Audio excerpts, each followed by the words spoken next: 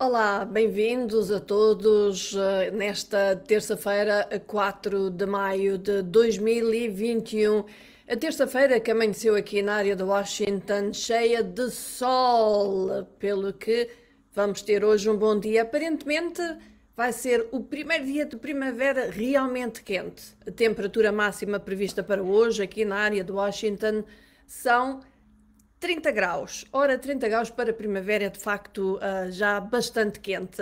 Portanto, um dia de calor aqui em Washington. Esperamos que onde vocês estejam também seja um bom dia de sol aqui, tal e qual como aqui na área de Washington. E convosco está Ana Guedes nesta terça-feira, como disse, 4 de maio de 2021 e temos muita notícia, muita informação para vocês. Vamos começar com Moçambique, e isto porque o jornalista Ibrahim Abu Mabrouk está no topo da lista de 10 casos de jornalistas que carecem de atenção no que toca à liberdade de imprensa. Isto segundo a agremiação internacional One Free Press Coalition. Ibrahim Barouk, o jornalista da rádio comunitária de Palma, em Cabo Delgado, como se recordam, desapareceu em abril de 2020 naquele distrito após ter sido pela última vez visto com militares, tal como o próprio comunicou aos seus familiares via mensagem de celular. Nessa última mensagem consta que Barouk escreveu que estava cercado por soldados. Várias ações de pressão junto às autoridades moçambicanas, exigindo a libertação do jovem jornalista, não resultaram em nada e o seu paradeiro continua desconhecido. Membros do exército moçambicano que combatem a insurgência têm sido criticados por alegados maus tratos a cidadãos de Palma e outros distritos afetos. A lista da One Free Press Coalition é elaborada com a colaboração de editores de órgãos internacionais como a Bloomberg, as agências F, Reuters e AP, a Al Jazeera, o Corriere della Serra, o Financial Times, a revista Time e também o Washington Post. E continuamos em Moçambique, isto porque o antigo número 2 da autoproclamada Junta Militar da Renamo, André Massagaíssa Júnior, disse que o líder da Junta, Mariano Nhongo, vai entregar-se em breve e assim colocar fim à instabilidade no centro do país. André Massagaíssa Júnior, que falava à imprensa à margem das cerimónias que marcaram o 3º aniversário da morte de Afonso Dhlakama ontem, que decorreram em Mangundi, não deu, todavia, mais detalhes desta possível desistência da Junta Militar da Renamo, do seu líder, desta resistência no centro de Moçambique. Continuando a falar de Moçambique, o ministro da Justiça da África do Sul, Ronaldo Lamola, não respondeu ainda aos apelos dos manifestantes da sociedade civil para extraditar o antigo ministro das Finanças moçambicano, Manuel Changa, para ser julgado nos Estados Unidos sob acusação de fraude e aceitação de subornos. Várias organizações de direitos humanos na África Austral exigiram em pretória a extradição para os Estados Unidos do ex-ministro das Finanças de Moçambique, que se encontra detido na África do Sul sob acusação de fraude e corrupção. Recordamos que Chang está então detido na África do Sul desde dezembro de 2018. É procurado nos Estados Unidos por alegações de conspiração para cometer fraude e aceitar milhões de dólares em suborno no escândalo dos empréstimos de 2 mil milhões de dólares em Moçambique, as chamadas dívidas ocultas. Falando com jornalistas em Pretória, onde decorreu esta manifestação, Adriano Vunga, o diretor do Centro para a Democracia e Desenvolvimento em Moçambique, disse que havia cumplicidade entre o governo moçambicano e o sul-africano devido à relação fraterna entre o ANC, no governo da África do Sul, e o partido Frelimo, em Moçambique, pelo que ele pensa que pesa mais o relacionamento que questões do Estado de Direito. Em abril de 2019, recordamos, o Tribunal de Kempton Park decidiu que Manuel Chang deveria ser extraditado para os Estados Unidos, depois de Moçambique ter feito um pedido semelhante. Todavia, Manuel Chang continua numa prisão sul-africana. Desconhece neste momento se será ou não extraditado para os Estados Unidos ou se irá depois para Moçambique. Moçambique, onde prossegue também a crise dos transportes que continua em Maputo, isto apesar de ter sido dado o fim da greve. Os operadores do transporte privado de passageiros retomaram as atividades após a paralisação de ontem nas cidades de Maputo e Matola e também no distrito de Boana, para exigir o aumento da tarifa. Entretanto, as enchentes continuam nas paragens, sobretudo na manhã.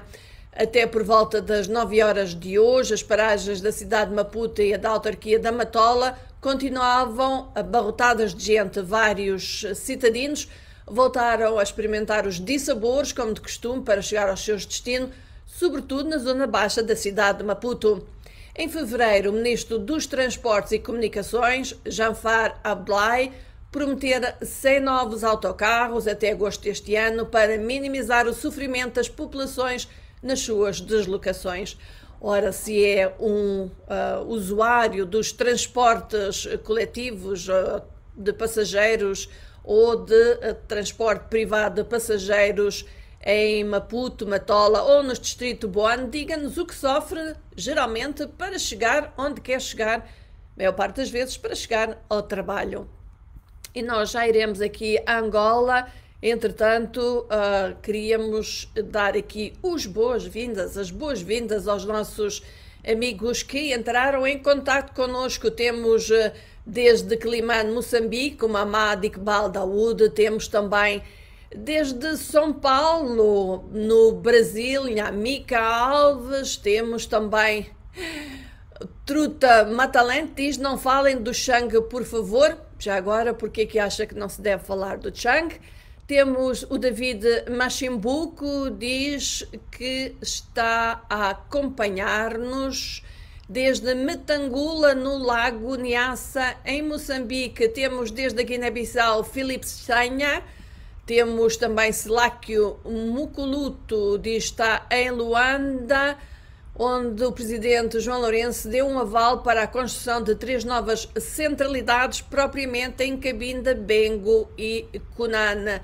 Portanto, temos também connosco o Hércio dos Santos Lopes, ele está em Moçambique, não nos diz a cidade, e com as boas tardes está o Edu Sidibé Edu, portanto, Sidibé, assim aqui é, Sidibé Edu, e acaba de entrar desde Nampula Idris Momad.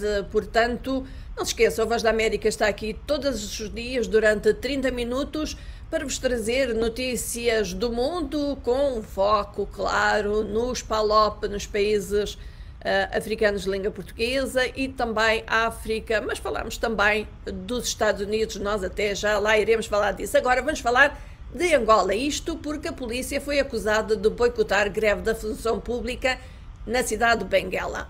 Os trabalhadores da função pública em greve em Benguela acusaram a Polícia Nacional de tentativa de boicote à sua paralisação, mas o comandante policial refuta a acusação. Com cartaz à porta do governo provincial, administrações municipais e departamentos ministeriais, centenas de trabalhadores pedem a atualização de categorias como medida para o fim das assimetrias salariais no regime geral.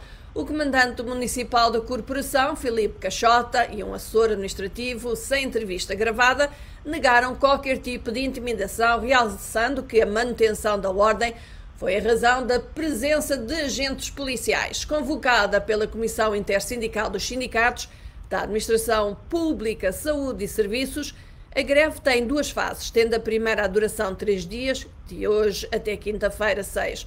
O governo angolano ainda não reagiu a esta paralisação na administração pública em Benguela. Entretanto, cidadãos de Malange vão passar a monitorar políticas públicas. São os habitantes da província de Malange que assim poderão em breve monitorar a aplicação das políticas públicas do governo e das administrações municipais locais. Os primeiros grupos de monitoria serão de camponeses das áreas de intervenção da Ação para o Desenvolvimento Rural e Ambiente, a ADRA, dos municípios de Cacuze e Calandula, que beneficiaram de um workshop sobre políticas públicas. A diretora da Unidade de Comunicação e Advocacia da ADRA, Cecília Quitombe, garantiu que os líderes comunitários e outros 9 integrantes terão a missão de acompanhar as ações em curso nas respectivas áreas de jurisdição e alertar para algum incumprimento. Quitombe disse também que vai monitorar a ação do governo local, obras às escolas, etc. Portanto, vamos ver em que é que vai dar esta novidade de monitoria das atividades governativas. E vamos até à Guiné-Bissau, onde o PRS afastou o seu vice-presidente. O presidente do Partido da Renovação Social, quero dizer, o PRS, Alberto Nambaia, exonerou de funções o vice-presidente do partido, Sertório Piote, depois daquele ter apresentado a sua candidatura à liderança daquela formação partidária. Num despacho, o presidente do PRS justifica a decisão com incompatibilidade de continuar a ocupar a vice-presidência do partido e também candidatar-se à liderança do mesmo. O PRS deverá realizar o seu congresso em outubro deste ano.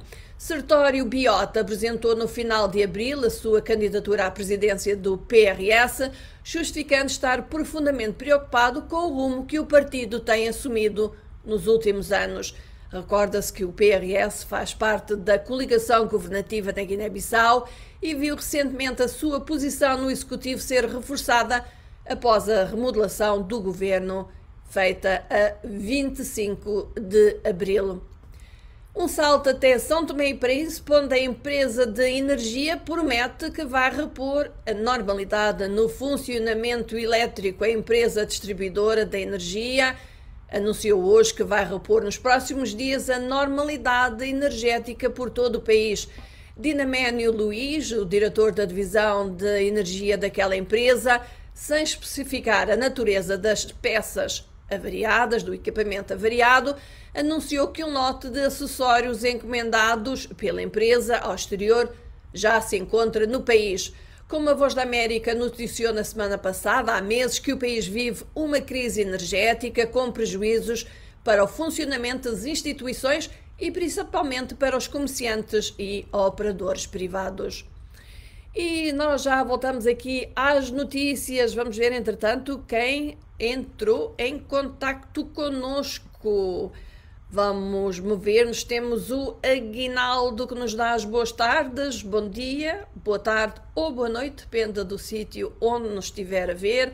Temos também desde Luanda a desejar-nos as boas tardes o Horácio Epalanga. Temos desde o Kwanza Sul o Adão Paulo Garrido, diz: Kwanza Sul é a minha província, Angola, o meu país. Temos também desde o Kazenga em Luanda, da banda Unoé Mídio. Temos o Armindo Negolela que diz que está na África do Sul. Já agora diga-nos onde, na África do Sul. Temos connosco o Sebastião Domingos Simão, diz: bom dia, companheiros, ligado ao programa Voz da América a partir de Lisboa, e ele, como sempre, envia-nos os desejos de paz, paz, paz para o mundo inteiro. Boa terça-feira, abençoado e bem-aja.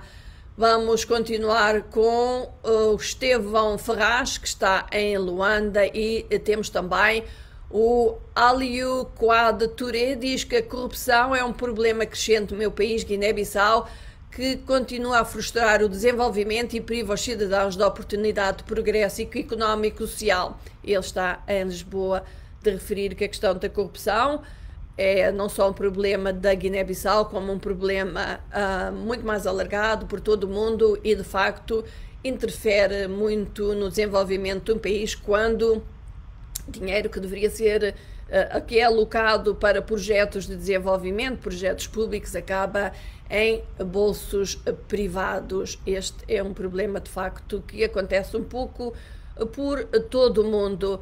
Mas antes de voltarmos às notícias, de referir aqui um pouquinho, por que não, de desporto, e isto porque hoje temos o primeiro jogo da segunda mão das meias finais da Liga dos Campeões.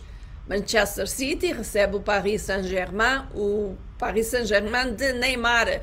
Na primeira mão, Manchester City foi a Paris ganhar por 2-1, pelo que já está basicamente na final. Ainda não sabe ao certo se o avançado Mbappé do Paris Saint-Germain vai jogar, ele que é pedra fundamental ao lado de Neymar. Amanhã há outro jogo desta meia-final em Londres, é o Chelsea que recebe o Real Madrid. E de Espanha, duas notícias envolvendo jogadores ligados aos Palopas. Falamos do Ansu Fati e também William Carvalho. Começando com Ansu Fati, má notícia para este jovenzinho, estrela nascente do Barcelona, nascido na Guiné-Bissau, lesionou-se em novembro, agora chega-nos a notícia de que amanhã vai ter mais uma operação ao joelho, será a quarta operação. As três anteriores foram artroscopias, o que não é um bom sinal para este jovenzinho. Quanto a William de Carvalho, nascido em Angola, está em Espanha, joga no Betis e numa entrevista disse que se regressar a Portugal não vai para o Benfica. Porquê? Porque é sportinguista. Cada um é aquilo que gosta. Portanto, William Carvalho, sportinguista. Mas vamos então aqui passar às notícias, outras notícias que não desporto. A administração Biden vai quadriplicar o limite à admissão de refugiados nos Estados Unidos este ano fiscal, segundo o presidente Joe Biden, após semanas de duras críticas de defensores dos direitos humanos e aliados seus, democratas, pela decisão que tinha anunciado anteriormente que ia manter o limite, mas no nível mais baixo. Biden voltou assim atrás e aumentou o limite à admissão de refugiados para 62.500. Ele tinha sido criticado quando disse que ia manter o limite de 15 mil refugiados que tinha sido imposto pelo seu antecessor Donald Trump. Biden, contudo, admitiu que seria pouco provável atingir o objetivo de receber estes 62.500 refugiados devido a cortes orçamentais e de pessoal que algumas agências federais sofreram durante o mandato de Donald Trump. E em Londres estão reunidos os ministros dos negócios estrangeiros do G7 para a primeira reunião cara a cara em 2 anos. Os ministros das 7 nações industrializadas vão discutir uma série de questões mundiais, incluindo as relações com a China e a Rússia, o golpe em Mianmar, o conflito sírio e a situação no Afeganistão.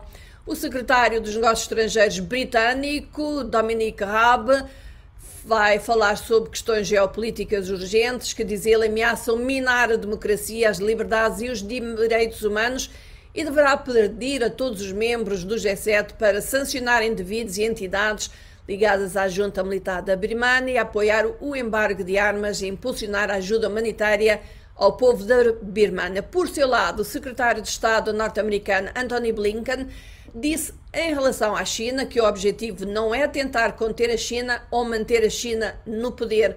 Londres e Washington procuram formas construtivas de trabalhar com a China de uma forma sensata e positiva, disse. O presidente americano identificou a concorrência, a competência com a China como o maior desafio da sua administração em matéria de política externa e comprometeu-se a manter uma forte presença militar americana no Indo-Pacífico e impulsionar o desenvolvimento tecnológico dos Estados Unidos. Sobre a Coreia do Norte, os Estados Unidos disseram que estão prontos a dialogar diplomaticamente com aquela nação para alcançar o objetivo final da desnuclearização da Península Coreana. Biden mostra-se mesmo aberto a conversações com Pyongyang e deverá também nomear um enviado especial para as questões dos direitos humanos norte-coreanos. E vamos falar ainda agora sobre Covid, e isto porque Covid continua a marcar as notícias do mundo por razões diferentes. Covid, a Moderna irá fornecer 34 milhões de doses da sua vacina Covid-19 este ano e a Suécia doou 1 milhão de vacinas AstraZeneca ao programa global COVAX, que tem lutado para assegurar fornecimentos suficientes para vacinar as pessoas mais pobres do mundo. O acordo de compra antecipado entre a Moderna e a Gavi, a aliança da vacina, surge poucos dias após a Organização Mundial de Saúde ter anunciado a aprovação de emergência da vacina Moderna. O lançamento da vacina da Moderna para o esquema COVAX, apoiado pela ONU, que, como disse, visa fornecer vacinas a países de menor rendimento, ao mesmo tempo que os países ricos têm acesso, está previsto para o 4º trimestre deste ano e a grande maioria das doses, 466 milhões, está prevista para o próximo ano. Sobre a Índia, entretanto, um perito avisa que as próximas semanas serão horríveis. Uma vez que as infecções e mortes Covid-19 aumentam a uma velocidade alarmante e não há fim à vista para a crise, o país de quase 1,4 mil milhões de habitantes testemunhou cenas de pessoas a morrer fora de hospitais, que se encontram subcarregados e piras funerárias que iluminam o céu noturno indiano. A contagem oficial de casos do coronavírus da Índia ultrapassou os 20 milhões, quase duplicando nos últimos 3 meses, enquanto as mortes excedem oficialmente às 220 mil. Mas acredita-se que os números verdadeiros sejam muito mais elevados. Até agora, a nível mundial, a pandemia do coronavírus matou quase 3 milhões 213 mil pessoas, desde que o vírus surgiu, no final de 2019, aliás, de acordo com uma compilação de dados oficiais da AFP. Os Estados Unidos são o país mais afetado, com 577 mil mortes, seguido pelo Brasil, com quase 409 mil, a Índia, as 222 mil, México tem pouco mais de 217 mil e a Grã-Bretanha está a caminho dos 128 mil óbitos. E vamos descer ao continente africano, mas antes descemos ao continente africano, vamos ver aqui se, entretanto, já tivemos aqui outros dos nossos internautas que se juntaram a nós. Ora, o Armindo Afonso diz que está em Durban, na África do Sul. O Aliou Touré está em direto desde Lisboa e eu estou em direto desde a área do Washington. E temos connosco desde Chelsea temos connosco o Armindo Dengolelo, temos o Zacarias Vadiama Lué, ele está ligado a partir de Angola. E temos também o Isaías Francisco, a partir de Luanda. Ele diz: endereço o meu muito boa tarde à Voz da América, especialmente a toda a equipa e seguidores do Washington, fora de horas. Ora, muito boa tarde, então, para este nosso amigo Isaac Francisco. Temos também connosco o Zito Francisco Uiesequesse, diz: está ligado a partir de Maputo. Bom trabalho, aquele abraço. Obrigado, um abraço para o Zito e um abraço para todos os nossos amigos que estão connosco. Temos também ligado desde Luanda o Juvenário Lucrécio Franciel e temos ainda o Alfredo, que diz que está a acompanhar a partir de Maputo, falar do caso da extradição de Manuel Chang para Moçambique.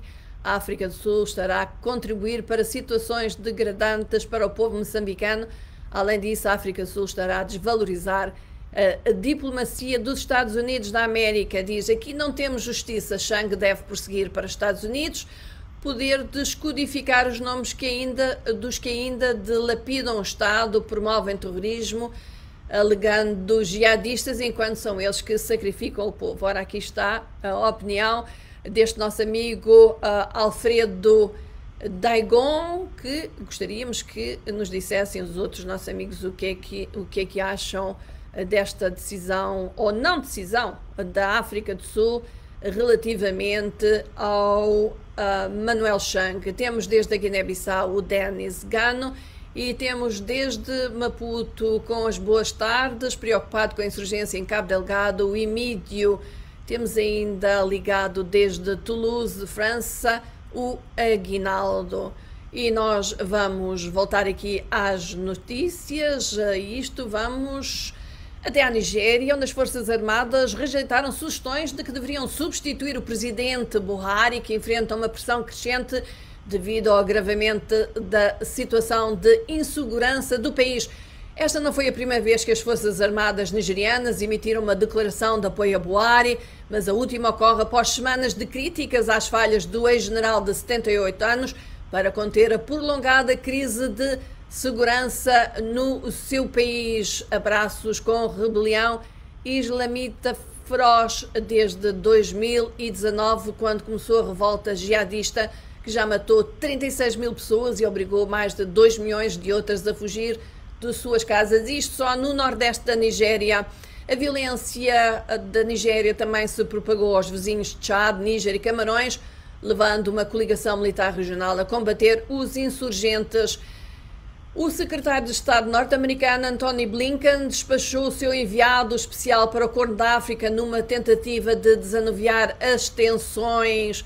O embaixador Jeffrey Feltman visita o Egito, Eritreia, Etiópia e Sudão até 13 de maio, onde se vai reunir com autoridades desses países, da ONU e da União Africana, para além dos intervenientes políticos e grupos humanitários. Há a questão ainda da situação no Tigre, na região de Tigre, isto na Etiópia, que as autoridades americanas pediram a retirada das tropas aliadas da Eritreia que se encontram naquela região. Há também a questão da mega barragem renascentista que a Etiópia construiu no Nilo e que preocupa o Sudão e o Egito, preocupa-os em termos de abastecimento de água e eletricidade. A Etiópia, contudo, vai em frente e está a encher a barragem. A Presidência da República Democrática do Congo ordenou aos militares e polícias para assumirem as funções das autoridades civis nas regiões do Norte Kivu e Ituri, que foram declaradas sob estado de sítio. As duas províncias na zona oriental do Congo Democrático são local onde operam dezenas de grupos armados e civis, foram sujeitos a terríveis massacres e foram declarados sob cerco na sexta-feira. O porta-voz presidencial confirmou que as duas províncias seriam declaradas sitiadas durante 30 dias a partir desta quinta-feira, 6 de maio. Todavia, alguns observadores estão alarmados perante a ideia de substituir autoridades civis por militares, advertindo que poderia conduzir a abusos de poder. O Norte e o Kivu do Sul são ricos em minerais, encontram-se ao longo das fronteiras do Congo Democrático com o Uganda e o Ruanda e o Burundi, foram palco de violência durante as duas guerras do país, nunca recuperaram a estabilidade. Por seu lado, o Ituri, mais a norte, também tem sido uma região abalada pela violência desde finais de 2017, isto após 15 anos de uma relativa calma. No Burkina Faso, os suspeitos jihadistas mataram 30 pessoas em ataque ocorrido na zona oriental do país. O ataque teve lugar uma semana depois de 3 europeus, 2 jornalistas espanhóis e um ativista irlandês da vida selvagem terem sido executados numa emboscada contra uma patrulha anti-vida selvagem. Mas já falámos aqui de desporto, já tivemos aqui notícias, agora temos o que está a bater nas redes sociais, o trending. Mas antes de passarmos ao trending propriamente, de referir que não se esqueçam, sexta-feira nós temos o nosso programa Angola Saúde em Foco, apesar de ser Angola Saúde em Foco, saúde, são temas que se aplicam a qualquer país. E esta sexta-feira vamos falar de como proteger o meio ambiente e a saúde das pessoas ao mesmo tempo. Será que é possível? A nossa convidada é Érica Tavares, ela é cofundadora do Eco Angola e o tema do programa é o impacto do meio ambiente na saúde das pessoas. Os impactos de saúde mais conhecidos estão relacionados com a poluição atmosférica, a fraca qualidade da água e as condições sanitárias deficientes, mas também a poluição auditiva, por assim dizer, o ruído, que também cria problemas de saúde relacionados com o meio ambiente. Inscreva-se, envie as suas dúvidas, os seus comentários através do WhatsApp da Voz da América, +1 202 251 9466. Também nos pode enviar a sua participação, o seu número, o seu nome e de que província, e nós ligaremos na sexta-feira. Pode enviá-lo para o nosso número em Angola, os dois números que nós temos em Angola é o 932 348 698 ou o 993 255 911. Portanto, participe. Este é um programa de grande interesse geral. No website da Voz da América, o artigo que chama a atenção é contas de sócios de Isabel dos Santos congeladas em Portugal. E hoje colocamos a seguinte pergunta nas nossas redes sociais. A Procuradora-Geral de Moçambique sugeriu a criação de tribunais para julgar terroristas. Nós quisemos saber se acha que a insurgência e outras atividades armadas merecem tribunais especiais ou se devem os alegados terroristas ser julgados pelos tribunais de justiça já existentes. Duas respostas. Nelux diz, ao invés de tribunais que criem escolas, pagar pensão para terroristas, vai-lhes custar mais caro. Lutero Magna diz: pena de morte direta, não precisam de julgamento. Diga-nos o que é que pensam. A nossa pergunta está no Facebook, nas redes sociais. No Twitter, hoje é 4 de maio, o tradicional hashtag May the Force be with you está naturalmente trending. Quer dizer que o 4 de maio esteja contigo. O hashtag é uma referência à série de filmes Guerra das Estrelas e é um trocadilho com a famosa frase dessa série que é May the Force be with you, que a força esteja contigo.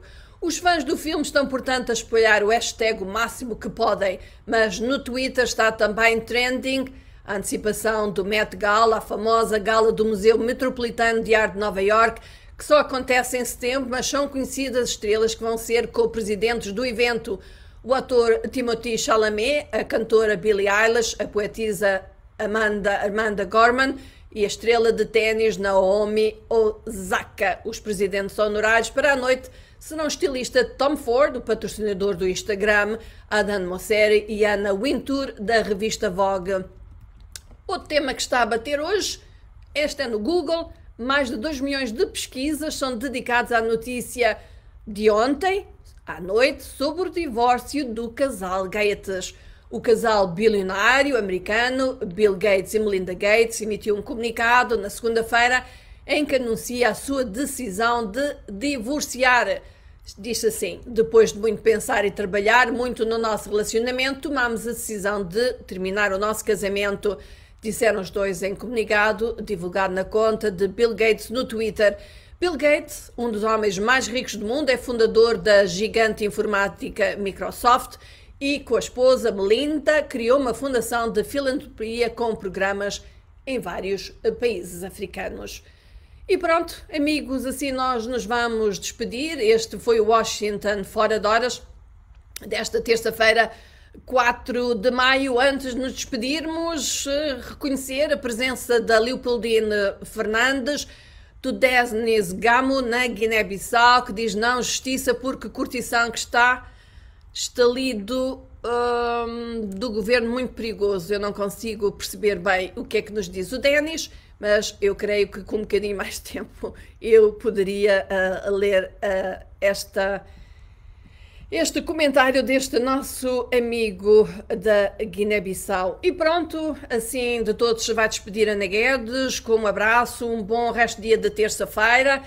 Nós voltaremos amanhã para mais um Washington Fora de Horas. Até lá, fiquem bem, desfrutem terça-feira e eu, Ana Guedes, volto para a semana. Amanhã, convosco, vamos ter o Amâncio Miguel. Até lá, fiquem bem, um abraço para todos e como sempre, bye bye.